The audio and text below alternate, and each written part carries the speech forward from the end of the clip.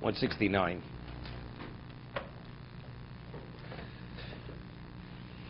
Okay, there's a Mishnah. It's a Mishnah in Sukkah. And ha'oseh sukkah tachas ha'ilon or tachas agag. There's always a problem. You build a sukkah in your backyard and you have a tree. And if you look up, the branches on the top of the tree, they bend over and they partially go over the top of your sukkah. Now, how do you cut off branches that are 100 feet high? Right? It's not so simple. Okay? So maybe, you don't sit in that part of the sukkah. Bogim Osifim. A lasso sukkah tachas bayis u'ilon. One should not make a sukkah in a house or under a tree. I remember many years ago, David would remember this, David LaBelle. It was the early years of Yad Avram. So, Chalamoid, we had a minyan. And it was Hoshana Rabbah. And there was a certain person who was involved with us. There was a sukkah on top of a building on 42nd Street. It was called Sukkah in the Sky. It was the top of a building, a 50-story building, and the sukkah was built on the roof. And fine, brought food, everything else. And this person said, this man who owned the building was happy that we could use it. I was sukkah in the sky, David. So we come there, and that morning it was pouring rain. So worst to worst, won't go in the sukkah. We'll go in the sukkah. Like we get to the sukkah, and all of a sudden I realize there's a plastic bubble over the top of the schach. It's not a kosher sukkah, It's sukkah tachas agag. It's like built in a house. Maybe the height of the schach must have been 15 feet, maybe more, and about 10 feet on top of that, there was a plastic bubble covering the whole sukkah. And from the sukkah, you couldn't really know. Then I noticed it was covered. It wasn't a valid sukkah. What are you going to do? We had bread, we had zonas, we had all kinds of things. It was pouring that morning. You can't believe. No, so we ate, so it wasn't a problem. Now, it turned out okay. Yeah, but that was the story. No, of course not. You could wash. I mean, it's like it's pouring. You could eat in your house. It's no worse than eating in your house. But that was the story. Baruch Hashem. No Marsai. It's like closing the shlach when it rains, right? Yeah, but you don't say a bracha. Definitely not. Okay. V'oseh sukkos tachas ilon. Person who builds a sukkah under a tree. Yesh omrim. Now, some say shem ho'ilon tzilosim ruben michamoso psulo. That if the tree provides more shade than sun, then it invalidates the sukkah. Because even if you wouldn't have the schach on the sukkah, you'd have more shade than sun. B'chol inyan, psula b'chol inyan, af mesukkah tzilosim ruben michamoso. Even though the sukkah, independent of the tree, the schach provides more shade than sun, but if the tree provides also more shade than sun, it invalidates the schach. Because why? That's called sukkah tachas sukkah. You have two schach. You have schach pos. What's schach? Schach means a covering. What is a covering? Covering means it protects you from the sun. So therefore, the one underneath is what? Has no value. But what about the branches that are over the schach? You have more sun than shade. Doesn't provide more shade than sun. Below ilon. If independent of the branches, it's not the branches of the tree, they complement the schach on the sukkah. In conjunction together, you have more shade than sun. The schach on the sukkah, independent of the tree, provides more shade than sun. Kshera. Afilu lo hishbel anovim lamato l'orvim schach sukkah, which we discussed later. Even though he didn't intermingle the branches with the schach, that the branches shouldn't be noticeable, it's clear they're on top. The sukkah is kosher. It's a kosher sukkah. What happens if the schach on the sukkah, independent of the branches, is not sufficient to provide more shade than sun? Elo aidei ilon. It's a combination of the branches and the schach together. In conjunction, they provide more shade than sun. So sheyashbel anofim, you have to lower the branches. V'yorvei mimaschach be'inin shelo yunikorim. You intermingle them into the schach in a way that the branches are not recognized that they're connected to the tree. V'yischach roba aleim u'mevatlon. But you need more schach than branches. Meaning the schach on the sukkah is not sufficient to provide more shade than sun. But you need a little bit more to make the difference. So in majority, you have kosher schach is the majority. So by intermingling the branches of the tree where they're not noticeable, so we say they're botil. The subsumed, so there's a lengthy run in sukkah. What happens if a piece of non-kosher meat falls into a pot? 10,000 to 1. And you could and then you intermingle it, and you could identify that piece. If you look for it, you could identify it. So you're not permitted to eat the food, right? So over here, the branches don't qualify as kosher schach, correct? Don't qualify because it's attached to the tree. They haven't been severed from the tree. But if you have a majority of kosher schach, but it's not sufficient to provide more shade than sun, if you intermingle them in a way where you don't visually see them, we rely on the principle of bittul barov. Since the majority is kosher, it subsumes the minority. Or can you say that because there's more shade now, then you Yeah, but what's providing more shade? No, factually, the kosher schach is not sufficient to provide shade. I understand, but It doesn't make a difference. But factually, you have schach mixed here that doesn't qualify as schach. If it's attached to something which is growing, it's not valid schach. So yeah, it's called schach posul. Schach posul is providing shade. But the Ran says it's okay. So Not the Ran. The Gemara says it's okay. The Gemara says it's okay. how could it be okay then? Good question. The answer is rove. So the question is, but how could it be rove if you could identify the problem? We don't rely on rove. That's the question. That's the question the Ran deals with.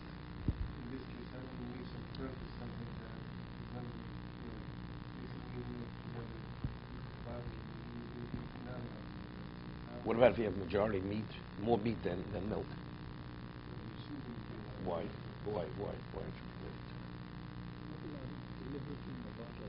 Ein vat l'isl chatchila. That's a drabonon, the rice first. What? I can't. Yeah, good. It's different. This was done Erev Yom Tov. What about to do a cholamoid? What about cholamoid? You want to do it? Makes no difference. Gemara is not mechalik whether it's cholamoid or Erev Yom Tov.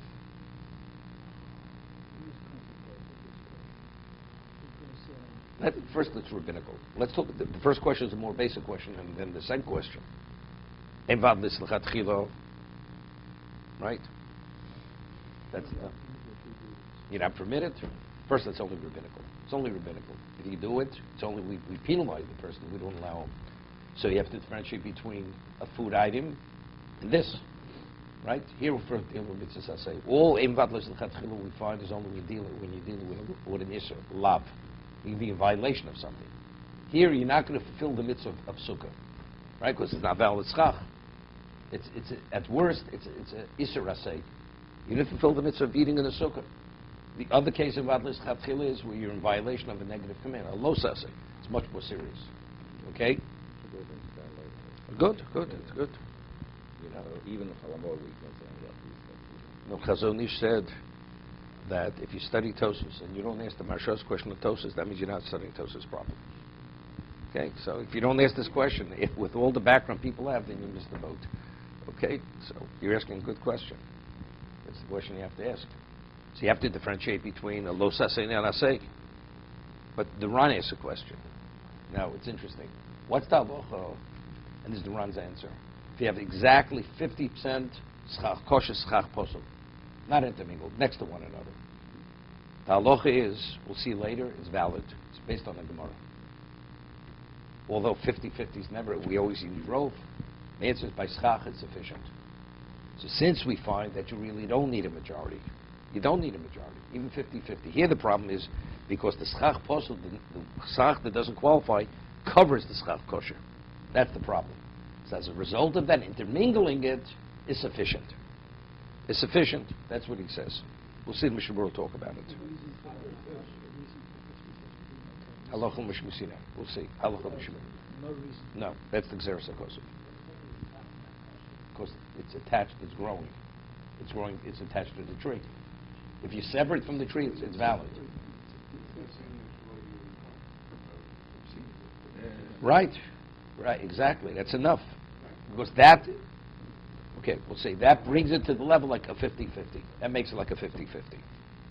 Yesh Omrim. So according to the first position in the Mechaber, which is not the Ran. The Ran is the Machmir. That if you have the schach on the sukkah provides shade without the tree, even if the tree is silsum rubal chamso, it does not invalidate the schach underneath. 1 second. Yeah. The first opinion is that if the tree provides more shade than sun, independent, and the sukkah, it's possible. But if the tree itself does not provide more shade than sun, and the sukkah independent of the tree does, then the tree will not invalidate the schach that it grows over. The branch over the schach will not invalidate the schach. Because we looked at it as that as something which is meaningless. You consider even underneath that branch. It's really about how much shade that branch is. No, because what is schach? What is the meaning of the word schach? Schach means it provides shade. Here it provides nothing. Right? Because the schach and the sukkah, independent of the branch, provides... No, we don't need it. You have more shade than sun. We don't need the branch. So it's like the branch doesn't exist. The branch is providing nothing. But let's say the branch, there are enough branches independent of the schach would provide more shade than sun. So it's like you have two roofs. It's like you have schach on the roof. That's what it's now. What about the third case? The sukkah in itself is not sufficient, and the branch is not sufficient. But in combination, it provides more shade than sun. It's a problem unless you intermingle it. But even when you intermingle it, the majority of the schach has to be of kosher schach. So it's bittul barov.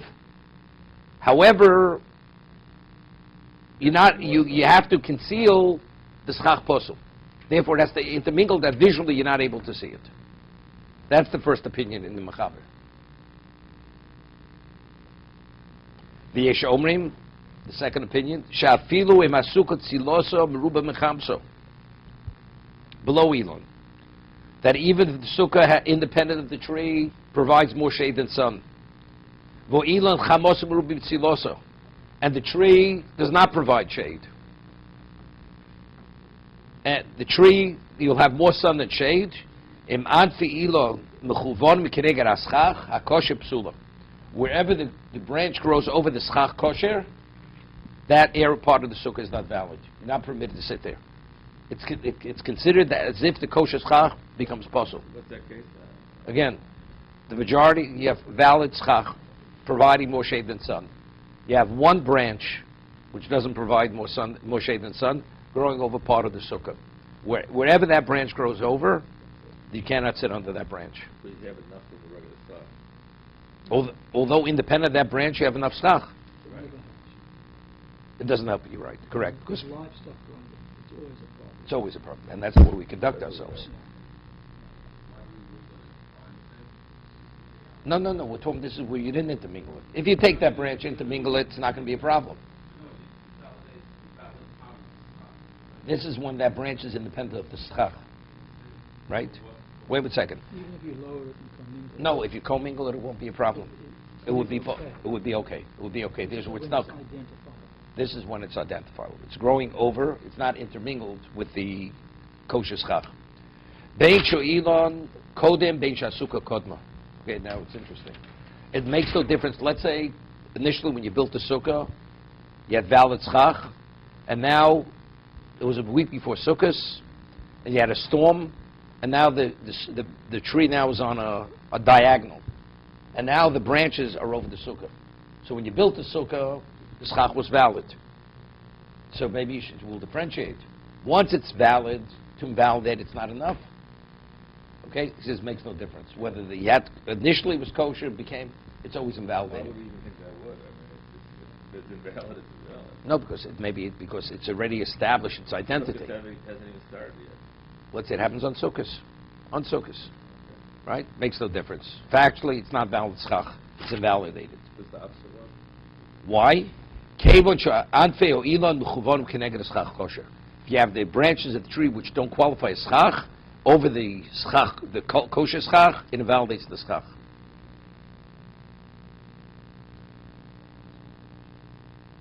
However, he says in this case, Miuim, the Ramos says, Hishpil, Hanofim Lamativ Yirvonim Aschach, if you lower the branches which are growing over the schach, and you co-mingle or intermingle it with the kosher schach, she'emin nikorin to a point where they're not going to be recognizable, betelin, they become subsumed, v'asukkah kshera. Right? Then the sukkah is kosher. It's no worse than the first case, where each independent of the other wasn't sufficient. When you commingle them, as long as the schach kosher is a majority, it's valid. To be continued.